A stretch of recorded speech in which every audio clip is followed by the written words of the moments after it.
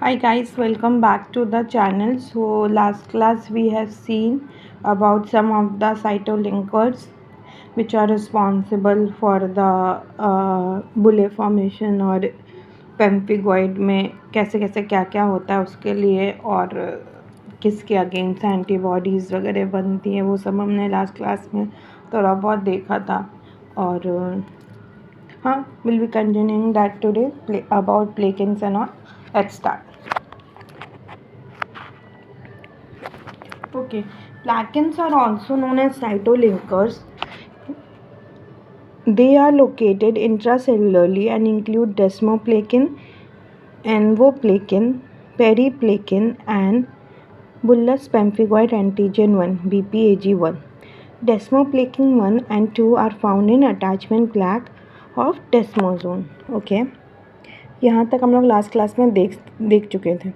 In paraneoplastic pemphigus circulating antibodies to desmoplakin 1 and 2 (BPAG1), envoplakin and periplakin are present. तो ये जो भी plakins हैं इनके अगेंस्ट पैरान्यूप्लास्टिक पेम्फिगस में एंटीबॉडीज़ होती हैं. Auto antibodies to desmoglein 1 and 3 are also found. और डेस्मोग्लिन जो प्रोटीन हम लोग ग्लाइकोप्रोटीन पढ़े थे इन डेस्मोजोम उनके अगेंस्ट भी ऑटो एंटीबॉडीज़ बनती हैं पैरान्यूप्लास्टिक में. सम केसेस में B predominantly cell mediated produce low level of autoantibodies present as lichenoid lesions and may be associated with underlying disease such as Castleman disease. तो कुछ केसेस वो predominantly cell mediated होते हैं और वो present होते हैं लाइकेनॉइड लीजन्स ऐसे and they can be associated with disease like Castleman disease. It is also known as angiofollicular lymph node hyperplasia, while others are humorally mediated. या तो सेल मीडिएटेड होंगे या तो ह्यूमरली मीडिएटेड होंगे. जो सेल मीडिएटेड होंगे वो लाइकेनॉइड लीशंस ऐसे दिखेंगे और एसोसिएटेड विद कैसलमैन डिजीज़, और जो ह्यूमरली मीडिएटेड होंगे they produce high level of antibody present as blister clinically and have non-Hodgkin's lymphoma as underlying neoplasm. और जो humanly mediated होंगे they will produce high level of autoantibodies and will be associated with non-Hodgkin's lymphoma.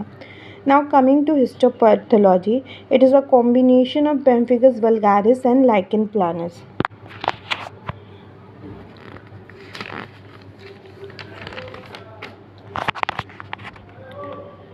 Suprabasilar separation of the epithelium with acantholysis can be seen in conjunction with vacuolization of basal cell, individual cell necrosis within the prickle cell layer, and a lymphoid infiltrate at the epithelial connective tissue interface. तो suprabasilar separation और acantholysis तो दिखेगा ही, उसके साथ साथ vacuolization of basal cells, individual cell necrosis और lymphoid infiltrate भी दिखेंगे. Now, direct immunofluorescence shows intercellular deposition of IgG and complement. Complement are present as granular deposition at the basement membrane. And indirect immunofluorescence is highly specific for the disease. Both direct और indirect immunofluorescence हम लोग use करते हैं for the diagnosis purpose. The antibodies react with desmoplakin 1 and 2, BPAG1, envoplakin, periplakin, and desmoglin 1 and 3. We have seen क्योंकि इनके antibodies बनती है तो फिर वो रिएक्ट करते हैं.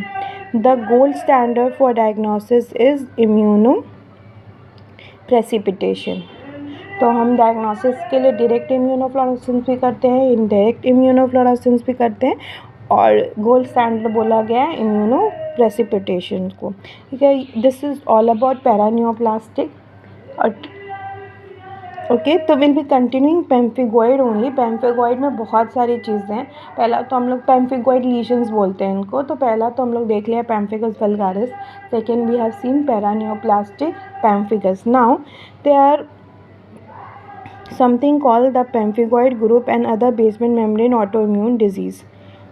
Okay, The pemphigoid are a group of B cell mediated autoimmune disease that characteristically form vesicles and bullae. ये तो हम लोग सबको पता है कि it forms vesicle and bullae and it is B cell mediated autoimmune disease. Okay, we'll be continuing this in the next class. Till then, like, share, subscribe and comment. Bye.